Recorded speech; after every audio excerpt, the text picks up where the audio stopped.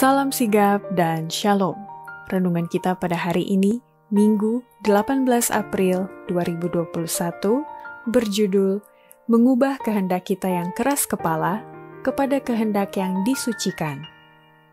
Ayat intinya terdapat di dalam Efesus 6 ayat 6. Sebagai hamba-hamba Kristus yang dengan segenap hati melakukan kehendak Allah. Pena Inspirasi menuliskan beberapa alasan perlunya kita berubah sehubungan dengan judul renungan kita pagi ini, mengubah kehendak kita yang keras kepala kepada kehendak yang disucikan. Sebagai bukti seseorang sudah diubahkan oleh anugerah Allah adalah sebagai berikut. Pertama, alasan perlu mengubah kehendak kita kepada kehendak yang disucikan, karena orang yang tidak selaras dengan kehendak Allah atau tidak berada di bawah pengendalian Roh Allah akan dikendalikan oleh setan. Dan tidak akan kelihatan penurutan kudus seperti dalam diri Kristus di dalam kehidupan orang itu. Para hambanya dewasa ini sebaiknya menanyakan diri mereka sendiri, kehendak atau kemauan yang bagaimanakah yang saya secara individu sedang pupuk? Sudahkah saya menyenangkan keinginan saya sendiri, memastikan diri saya dalam sifat mementingkan diri sendiri dan keras kepala? Jika kita melakukan hal ini, kita berada dalam bahaya besar, karena setan akan selalu memerintah kehendak yang tidak berada di bawah pengendalian Roh Allah.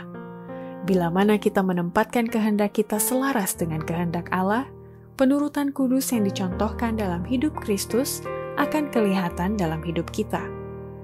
Kedua, alasan perlu mengubah kehendak kita kepada kehendak yang disucikan, karena sikap keras kepala dan acuh tak acuh akan memutuskan pertolongan ilahi seperti yang terjadi pada pengalaman Raja Firaun. Pada waktu Allah mengirim Musa menemui Raja Firaun, ia mempunyai terang, tetapi Firaun menolak, dan setiap penolakan menimbulkan keras kepala yang lebih berat. Apakah Allah menaruh kuasa padanya sehingga ia tidak bisa berpaling kepada terang itu? Tidak. Sikap acuh tak acuh kepada faktalah penyebabnya. Sikap keras kepala Firaun adalah karena terang sedang bersinar yang ia tidak akan terima. Ketiga, alasan perlu mengubah kehendak kita kepada kehendak yang disucikan, karena kebiasaan mencari-cari kesalahan orang lain adalah lawan atau musuh Allah dan manusia, dan merupakan satu pribadi agen setan.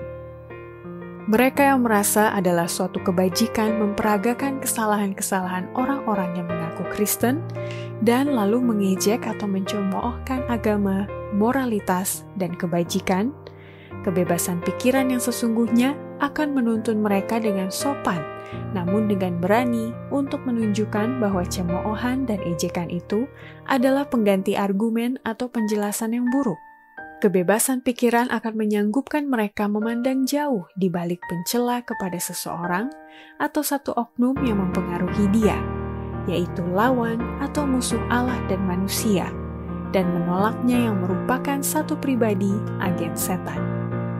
Keempat, alasan perlu mengubah kehendak kita kepada kehendak yang disucikan, karena dengan tidak mementingkan diri, maka tidak akan ada lagi perselisihan dan perpecahan.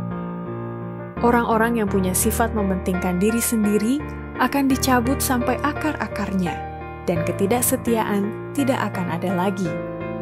Tidak akan ada lagi perselisihan dan perpecahan. Tidak akan ada lagi sikap keras kepala pada semua orang yang diikat bersama Kristus. Tak seorang pun akan bebas berlaku keras kepala seperti seorang anak yang suka melawan, yang menurunkan tangan yang menuntun dia dan memilih tersandung sendiri dan berjalan dalam jalannya sendiri. Demikianlah renungan kita pada hari ini, kiranya Tuhan memberkati kita semua.